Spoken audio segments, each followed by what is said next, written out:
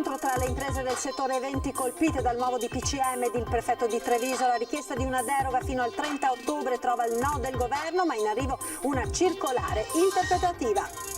Crescita dei contagi, lockdown probabile a Natale secondo il professor Andrea Crisanti, mascherine sempre, tamponi e tracciamento dei contatti, questa dice l'unica soluzione. Un mese fa l'inizio della scuola, stasera alle 21:15 l'appuntamento con la dirigente scolastica regionale Carmela Palumbo. Nelle aule i protocolli funzionano, dice i problemi sono fuori. Rubano le luci LED dai lampioni in pieno giorno a Mogliano e caccia la banda che ha messo a segno diversi colpi. L'appello del sindaco ai cittadini: avvertite se vedete tecnici fantomatici al lavoro. Spacciava hashish a coetanei nelle vicinanze della chiesa di San Carlo, sedicenne individuato e denunciato dai carabinieri di Mogliano. Medico ed infermieri positivi al Covid, chiude il reparto di chirurgia generale dell'ospedale di Belluno e raffica di tamponi. Nel frattempo in un mese ricoveri raddoppiati nei nosocomi veneti. A 10 giorni dalla vittoria, il riconfermato Stefano Marcon presenta la nuova squadra, 7 assessori e 3 new enter. Nuovo vice sindaco è Marica Galante. Ben ritrovati con l'edizione di Treviso dei nostri telegiornali. L'avete sentito dai titoli: incontro questo pomeriggio tra le imprese del settore eventi colpite dal nuovo DPCM ed il prefetto di Treviso. La richiesta di una deroga fino al 30 di ottobre trova il no del governo, ma è in arrivo una circolare interpretativa che potrebbe aiutare le aziende allo stremo. Sentiamo. Abbiamo dovuto annullare gli eventi di questa settimana, delle prossime settimane, e abbiamo visto comunque dei grandi annullamenti anche per il mese di dicembre, con tutte le cene aziendali che ovviamente le aziende stanno un po' tirando indietro. Noi come azienda abbiamo subito un calo di fatturato di circa dell'85%, nel senso che avevamo una previsione di fatturato di arrivare a 1,5 milioni a livello di business plan quest'anno, e se ne fatturiamo 200.000 siamo veramente bravi. Noi abbiamo già perso oltre il 70% di fatturato e non è un lavoro secondario il nostro, per il fatto che noi abbiamo dei dipendenti in cui hanno famiglia e figli a carico. La rabbia è ancora tanta, ora si tratta di attendere. Il problema è capire quanto. Le imprese del settore eventi nel pomeriggio dal prefetto per chiedere una deroga di almeno un mese alle limitazioni del nuovo DPCM, e da Maria Rosaria Laganà è arrivata un'apertura con la promessa di una circolare esplicativa da Roma che dovrebbe poter dare respiro alle aziende del settore. Sono giorni difficilissimi, proprio quando il sipario pareva rialzato, proprio quando si pensava di poter tirare un sospiro di sollievo dopo un'annata devastante, è arrivato il triplice fischio finale dell'arbitro Giuseppe Conte. Fine partita. Succede quando il proprio lavoro ruota attorno a feste, cerimonie, intrattenimenti, matrimoni, ovvero il bersaglio del nuovo DPCM che, oltre a imporre le chiusure di bar e ristoranti alle 24, la sosta in piedi davanti ai locali, esige il limite di 30 persone proprio agli eventi. Ci ha dato la mazzata finale in quanto avevamo le ultime serate, gli ultimi lavori da fare, perché poi i mesi a venire sono mesi pieni di incertezza. Il numero di 30 persone per noi è un'esagerazione, è troppo basso, perché se la location, il protocollo Covid permette 100 persone, è giusto che 100 persone ci stiano dentro perché rispettano tutti i protocolli. Ci troviamo davanti ad un evento aziendale che può essere gestito con 200 persone e un evento privato che deve averne 30. Nella stessa sala magari dell'evento privato di 30 persone, non so, un pranzo di matrimonio, magari ci possono essere altre 50-60 persone a pranzo tranquillamente tra di loro. Sono cose che non stanno in piedi. Incongruenza recepita dal prefetto nel vertice. Il tema è già stato posto a Roma e la promessa è che a breve arriverà la circolare che consenta di poter lavorare con limitazioni probabilmente diverse. Ma i tempi sono stretti, ci sono eventi fra pochi giorni e potrebbe non bastare, facendo riesplodere una rabbia già vista ai tempi del lockdown. E di fronte alla crescita dei contagi si rischia un nuovo lockdown, una possibilità concreta, secondo il direttore del Dipartimento di Microbiologia e Virologia dell'Università di Padova, Andrea Crisanti. Mascherine sempre, tamponi e tracciamento dei contatti. È questa l'unica soluzione secondo il professore. Sentiamo. Nella migliore delle ipotesi avverrà a Natale. Secondo il professor Crisanti, il lockdown potrebbe arrivare anche prima, c'è solo un modo per convivere con il virus ed è quello di ridurre al minimo la trasmissione del contagio. Mascherine meglio se chirurgico, FFP2 e tracciamento dei contatti. Importante isolare più persone possibili. L'indicatore della situazione non è il numero dei contagi, ma è il numero di isolati rispetto ai contagi giornalieri. E questa è la misura dell'efficienza del sistema che abbiamo sul territorio per bloccare la trasmissione virale. Guardi, tipicamente una persona incontra 10-15 persone negli ultimi 5 giorni che dovrebbero essere messi in isolamento. Se lei vede quello che è successo ieri nel Veneto, abbiamo avuto 366 contagi, mi pare, e circa 650 isolati. Ora, se noi abbiamo 350 contagi, noi se avessimo un'efficienza del 100% avremmo dovuto mettere in isolamento 6.000 persone. Ora questo significa che noi stiamo mettendo in isolamento il 5% delle persone, lasciando in giro il 95% di possibili contatti, di cui alcuni sicuramente contagiati. Gli effetti del DPCM si vedranno tra 2 o 3 settimane, ma in Inghilterra, spiega Crisanti, le restrizioni e le chiusure anticipate dei locali non hanno dato i risultati sperati. Anche sul trasporto serve un aumento dei mezzi e dei controlli. Al momento l'unica soluzione, secondo Crisanti, è quella di organizzare al meglio la macchina dei tamponi. A questo punto servirebbe delle direttive chiarissime sull'uso dei test, perché c'è tantissima confusione, ognuno fa come gli pare e purtroppo questi test hanno delle prestazioni che non si adattano a ogni situazione e quindi guardi, il fatto di non aver pensato mesi fa a implementare un piano di sorveglianza attiva basato sull'incremento dei tamponi e sull'incremento delle persone sul territorio per fare il tracciamento non si risolve né con i tamponi rapidi né con test fai da te, perché si rischia soltanto di creare situazioni ancora peggiori. Ecco, dicevamo dunque dell'incremento dei contagi, vediamo dunque gli ultimi dati che sono stati resi noti poco fa dall'azienda Zero. Per quanto riguarda il Veneto sono 230 i positivi in più a questa sera, 16 dei quali a Treviso. Questa mattina erano 657 in più, ma riferiti alle 24 ore precedenti, 134 a Treviso. Abbiamo anche diversi decessi, uno a Treviso e il totale è 358 dall'inizio dell'epidemia. Cresce anche il numero dei ricoverati, siamo ora a 369 in Veneto in area non critica, più 10 rispetto a questa mattina, 46 sono i ricoverati in terapia intensiva, più 6 rispetto a stamane. Dunque, ad un mese dall'inizio delle lezioni in presenza, un avvio d'anno scolastico segnato naturalmente dalla pandemia, abbiamo fatto oggi il punto della situazione nelle scuole del Veneto con la dirigente dell'ufficio scolastico regionale Carmela Palumbo. Sentiamo. I protocolli dentro le scuole hanno funzionato e si è ben visto che in realtà la scuola non è il luogo di focolai, ma casomai è il luogo dove si intercettano dei casi di positività e quindi si possono prendere immediatamente le misure. Il problema è quello che avviene subito al di fuori dei cancelli della scuola e soprattutto con i trasporti. Va dritta al centro della questione la direttrice dell'ufficio scolastico regionale ad un mese esatto dall'inizio delle lezioni in presenza al tempo del Covid. In Veneto i problemi non sono tanto nelle classi quanto fuori, soprattutto con gli assembramenti che si creano nei mezzi pubblici. Sorvegliata speciale al momento è la curva dell'andamento dei contagi.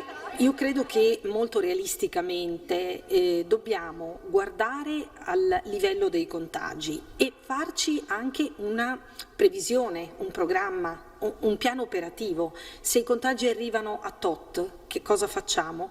Se sono ancora di più, cos'altro facciamo? Ecco, manca forse questo aspetto, un po' di programmazione.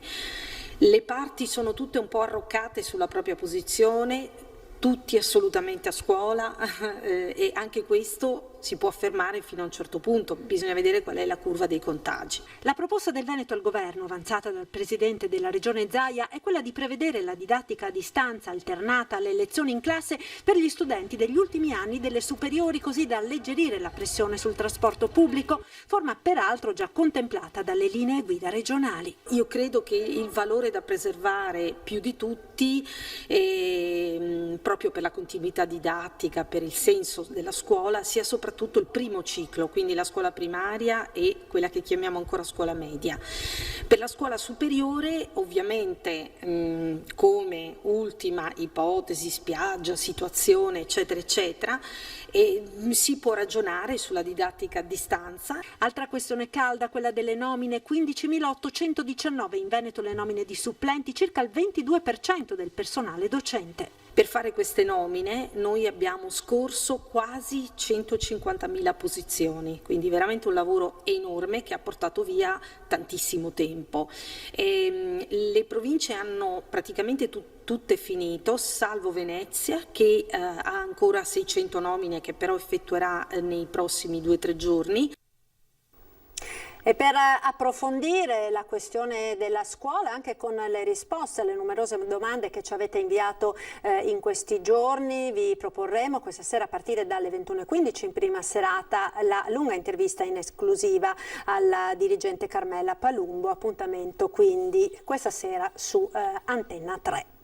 E nella giornata di mobilitazione nazionale dei precari della scuola, una delegazione di insegnanti e rappresentanti sindacali ha incontrato il prefetto di Treviso. Vediamo.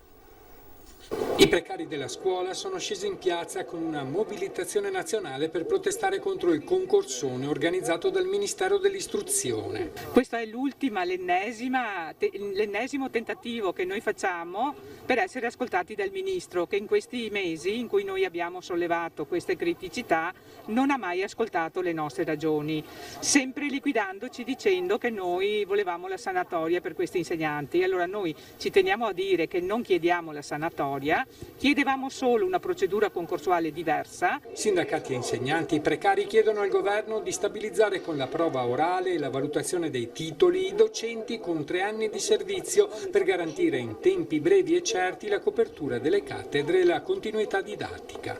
Prova orale anche per gli insegnanti di sostegno, senza dimenticarsi l'avvio di percorsi abilitanti a regime per tutti, in particolare per i docenti con 3 anni di servizio. Oggi il lavoro nelle scuole poggia per il 30% su precari che operano con professionalità e serietà. In provincia di Treviso, a fronte di 2.400 cattedre precarie assegnate in questi giorni e da assegnare nei prossimi giorni, non saranno stabilizzate neanche in 400. Per cui possiamo dire il Ministro continua a raccontare notizie false.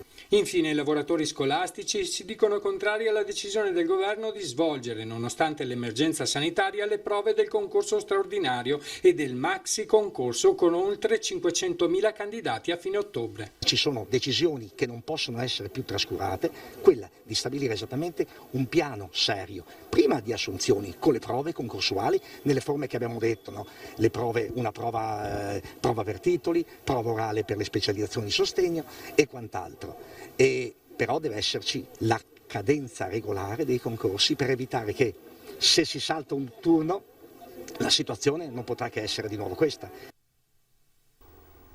E confronto tra governo e regioni oggi sul tema del trasporto pubblico. Momi intanto chiarisce: abbassare ancora il limite di capienza sui bus significa default.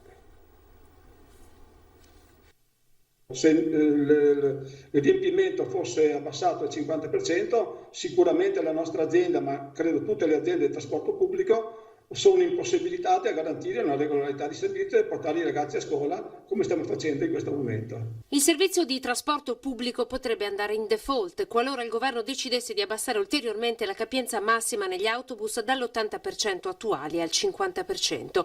È stato il tema sul tavolo di discussione tra governo e regioni per tutta la giornata. Il trasporto pubblico, autobus, corriere e treni, identificato come uno dei veicoli del coronavirus. Con le regioni, Veneto in testa, a cercare di spostare l'attenzione dai mezzi mezzi agli studenti, con la possibilità così di sfoltire il numero di utenti negli autobus con ingressi scaglionati a scuola o didattica a distanza alternata. Io mi auguro che venga deciso una differenziazione delle entrate per quanto riguarda gli istituti. Con il lockdown MOM ha contato una perdita in termini di ricavi pari a 5 milioni di euro. Per ripartire il 14 settembre in sicurezza ha dovuto fare uno sforzo quasi titanico. Per quanto riguarda l'urbano abbiamo oltre 1500 km in più giorno, per l'extraurbano circa 3600 km in più giorno. Questo vuol dire che a livello mensile le nostre percorrenze rispetto all'anno scorso sono aumentati di 132.000 chilometri che rapportati all'anno, quindi scolastico, sono oltre 1.500.000 chilometri in più. Numeri impressionanti con costi che superano i 217.000 euro al mese. La CGIL, per gestire un ulteriore sforzo in più che il governo potrebbe chiedere alle aziende di trasporto, oggi ha lanciato una proposta. Ci sono un sacco di società di pullman, di corriere che fanno i settori privati, le famose gite e quant'altro, che sono tutte ferme a causa del Covid e quindi sarebbe sufficiente fare una convenzione con queste società private in modo tale che dietro ogni autobus che porta i ragazzi a scuola ci sia un pullman di una di queste società private, quindi diminuiamo l'affollamento, usa gli stessi orari, le stesse fermate e evitiamo quegli assembramenti che oggettivamente sono pericolosi. La cronaca, ora i carabinieri di Treviso hanno denunciato ieri sera un sedicenne di Mogliano durante un controllo nelle vicinanze della chiesa di San Marco, luogo molto frequentato dai giovani. I militari sono stati attirati dall'atteggiamento elusivo del giovane. Dopo averlo identificato lo hanno perquisito trovandogli 4 dosi di hashish. Il ritrovamento ha spinto i carabinieri ad approfondire e quindi il controllo è stato esteso all'abitazione dove sono state rinvenute altre 7 dosi dello stesso stupefacente e 75 euro provento dello spaccio. Restiamo a Mogliano, rubano le luci a LED dei lampioni in pieno giorno, è caccia alla banda che ha messo a segno diversi colpi. L'appello del sindaco ai cittadini: avvertite se vedete fantomatici tecnici al lavoro. Salgono su lampioni fingendosi tecnici e rubano le luci LED. Non è un episodio isolato, ma nelle ultime settimane sono stati diversi i colpi messi a segno da questi ladri. Da Zermana a Campocroce sono una trentina i corpi illuminanti spariti. Fanno un lavoro scientifico, cioè questi qua fanno finta di essere operai, addirittura hanno una cesta e addirittura tolgono uno sì, uno no, proprio per far sembrare che non sia un danno grave, e staccano completamente il corpo illuminante. Addirittura è successo che delle persone si sono anche avvicinate per chiedere: ma cosa state facendo?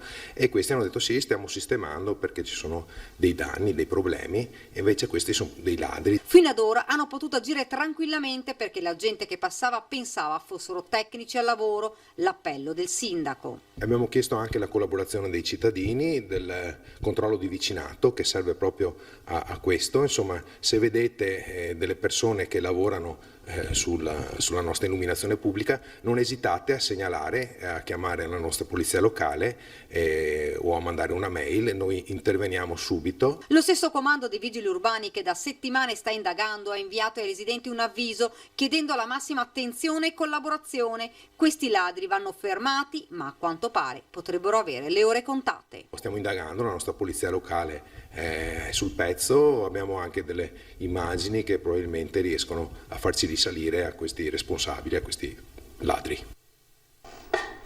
Lutto a Giavera del Montello per la scomparsa della piccola Selena Biasini, morta a soli 2 anni per una grave malattia genetica che l'aveva colpita fin dai primi mesi di vita. Ricoverata in ospedale a Padova, era stata sottoposta ad un delicato intervento al cuore nella speranza che le sue condizioni potessero migliorare, ma purtroppo l'operazione non è andata a buon fine e la piccola ha perso la vita.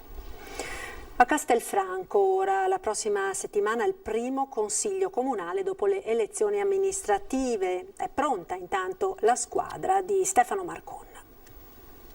A 10 giorni dalla vittoria del primo cittadino di Castelfranco, Stefano Marcone, che si occuperà del personale e polizie locali, ha presentato la nuova squadra, 7 assessori e 3 new entry. Abbiamo 3 nuovi inserimenti e quindi abbiamo dato uno slancio di ricambio, uno slancio di gioventù, forze nuove che si sposano, si accompagnano all'esperienza e alla storicità degli assessori che continuano. Giovedì 22, primo consiglio comunale convalida degli eletti ed intanto si pensa già alle opere che erano già in cantiere. Sulle opere pubbliche è uno degli investimenti ai quali punteremo di più, anche perché Castelfranco ha bisogno di avere infrastrutture all'altezza della città e quindi gli impianti sportivi la progettazione sta seguendo, così come le rotatorie sulle SR53 saranno i temi sui quali maggiormente ci impegneremo in questa prima fase di consigliatura. È una donna il nuovo vice sindaco, si tratta di Marica Galante, che si occuperà anche delle attività produttive e commercio. E partiremo subito con dei tavoli di confronto, visto il momento particolare che tutto il mondo economico sta vivendo, e quindi partiremo con un lavoro fatto a più mani per cercare di trovare una leggerezza in questa situazione economica non facile. Con lei in giunta ci sono altre 2 donne, Roberta Garbuio, impegnata nella cultura, biblioteca, teatro, museo, e Stefania Guidolin, assessore al bilancio, tributi, patrimonio, appalti e contratti e provveditorato. Ed ancora, gli altri membri della squadra sono Gianfranco Giovine, turismo, rapporti con l'università, ricerca e innovazione, Roberto Marconato, che gestirà l'assessorato ai servizi sociali, asilo nido, sanità, politiche giovanili, Franco Pivotti, urbanistica e edilizia privata, scuola, sport e associazioni, e Roberto Filippetto, ambiente e manutenzioni, lavori pubblici, aziende e società partecipate. Il sindaco ha poi annunciato che il 21 incontrerà i primari dell'ospedale San Giacomo assieme ai direttori dello IOV e dell'ULS per fare il punto della situazione in questo difficile momento. Pubblicità ora, qualche minuto e ritorniamo in diretta con il TG di Treviso, linea alla regia.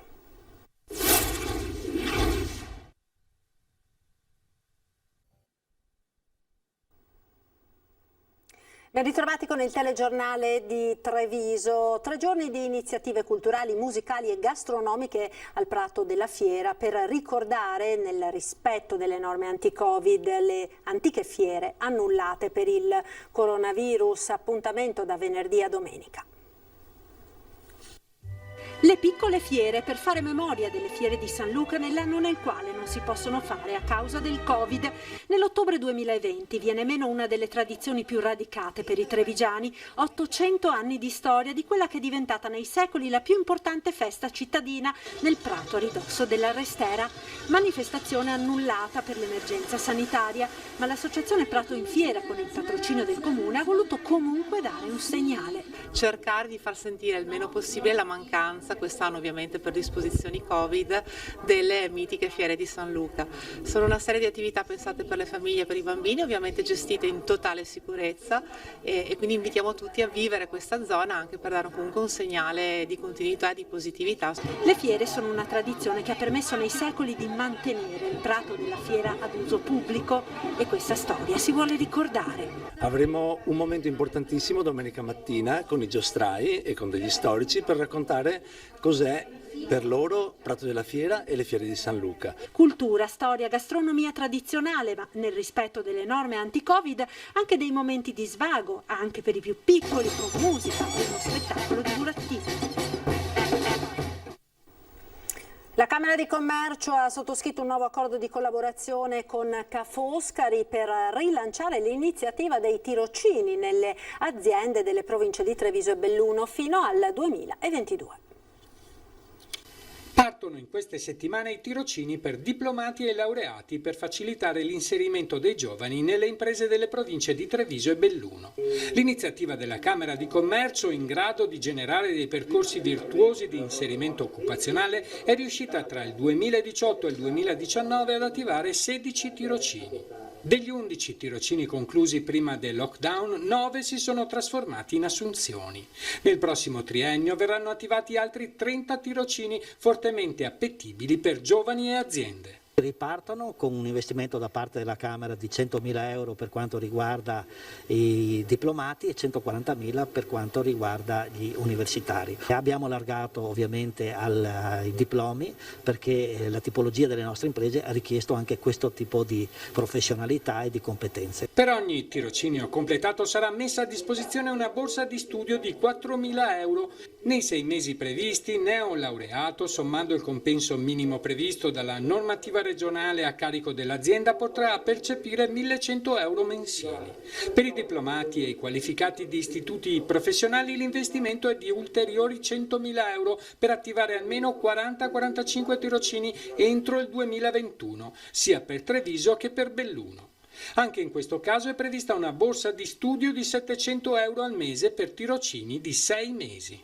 Perché vogliamo che l'esperienza del tirocinio sia significativa e soprattutto che il tirocinio si concluda alla fine con soddisfazione per il ragazzo e con soddisfazione per l'azienda ai fini anche della futura assunzione. Ed ora spazio alle notizie dalla provincia di Belluno.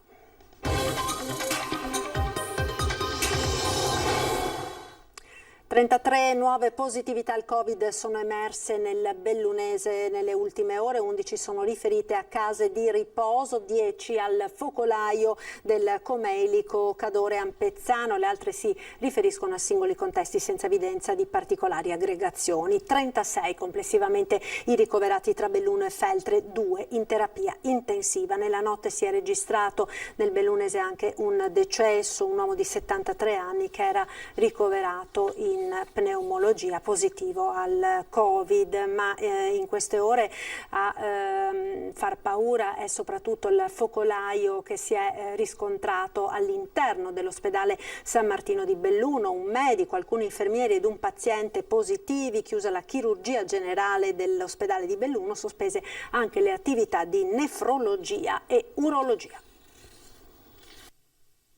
Positività tra operatori del team di chirurgia. Il Covid entra al San Martino e fa tremare la sanità bellunese. Un medico, alcuni infermieri ed un paziente sono risultati contagiati dal coronavirus. Immediatamente è scattato il protocollo previsto in questi casi, tamponi a tappeto, isolamento e chiusura del reparto. Per questo motivo, oltre che un controllo immediato come previsto per quanto riguarda anche i pazienti, si è riscontrata una positività anche nell'ambito dei degenti, quindi è scattata immediatamente un'azione volta a mettere in sicurezza il reparto, intendendo i pazienti e ovviamente anche gli operatori. Per quanto riguarda l'attività chirurgica, questa viene temporaneamente sospesa per quello che riguarda l'elezione, quindi intendiamo interventi di day surgery e di quick surgery, mentre vengono garantite le prestazioni di emergenza con una riorganizzazione interna. Solo i casi urgenti dunque verranno operati a Belluno, ovviamente in altre sale operatorie le emergenze come gli interventi programmati verranno dirottati all'ospedale di Feltre. Ovviamente, avendo la chirurgia che lavora in complementarità con l'urologia e con la nefrologia, anche queste attività sono state dislocate altrove. Il provvedimento di chiusura varrà per almeno una decina di giorni, intanto sono in corso le indagini di tracciamento dei contatti per capire da dove il focolaio sia partito. È per ipotizzare la possibilità di un contagio che è entrato dall'esterno su uno degli operatori. Però ecco, la parola definitiva, cioè la valutazione epidemiologica definitiva, sarà fatta nelle prossime ore. Anche a Belluno oggi pomeriggio una delegazione di insegnanti e di rappresentanti sindacali ha voluto incontrare il prefetto sul tema del precariato nella scuola. Tra gli obiettivi e le richieste dei sindacati infatti la stabilizzazione dei docenti con 3 anni di servizio tramite prova orale e valutazione di titoli, la stabilizzazione su sostegno tramite prova orale per i docenti specializzati e l'avvio dei percorsi a regime per tutti, in particolare per i docenti che hanno appunto almeno 3 anni di anzianità di servizio. Ed è tutto per questa edizione, io vi ringrazio per essere stati con noi, vi lascio come sempre con uno sguardo alle previsioni del tempo sul Triveneto, il meteo. Arrivederci.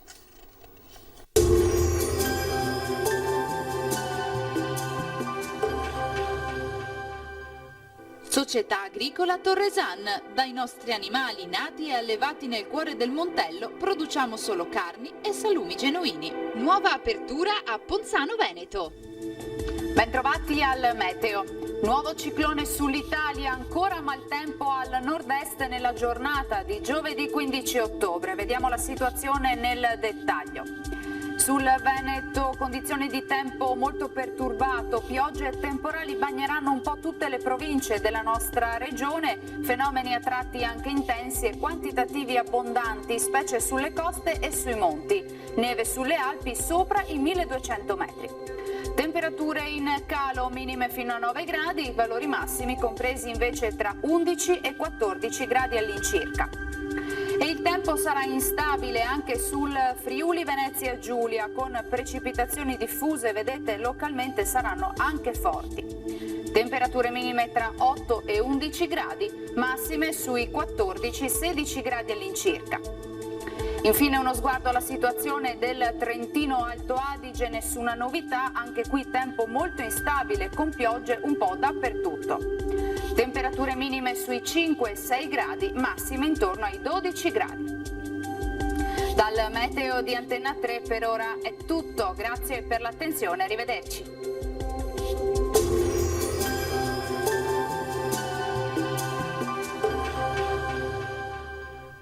Società Agricola Torresan.